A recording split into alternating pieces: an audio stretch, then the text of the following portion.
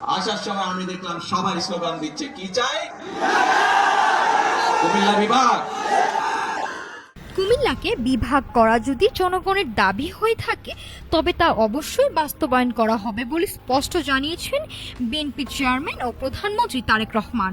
আজ শনিবার কুমিল্লার বড়ুয়ার লক্ষ্মীপুর বাজার মাঠে আয়োজিত এক বিশাল পথসভায় লাখো মানুষের সামনে তিনি এই ঘোষণা দেন। দীর্ঘ 2 দশক বা 20 বছর পর চাঁদপুর ও কুমিল্লা সফরে বের হয়েছেন প্রধানমন্ত্রী তারেক রহমান। সকাল 8:30টায় গুলশানের বাসা থেকে সড়ক পথে রওনা হয়ে তিনি বড়ুয়ায় পৌঁছান। পথসভায় তিনি দৃঢ়তার সঙ্গে বলেন, বিএনপি ক্ষমতায় থাকলে জনগণকে দেওয়া প্রতিটি ওয়াদা পূরণ করে।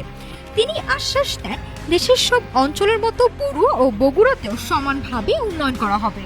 প্রধানমন্ত্রী তার বক্তব্যে আরো বলেন, অনেক আন্দোলন ও ত্যাগের পর দেশে গণতন্ত্র ফিরে এসেছে। 1971 সালের মতো 2024 সালেও এই দেশের মানুষ দেশকে আবার স্বাধীন করেছে।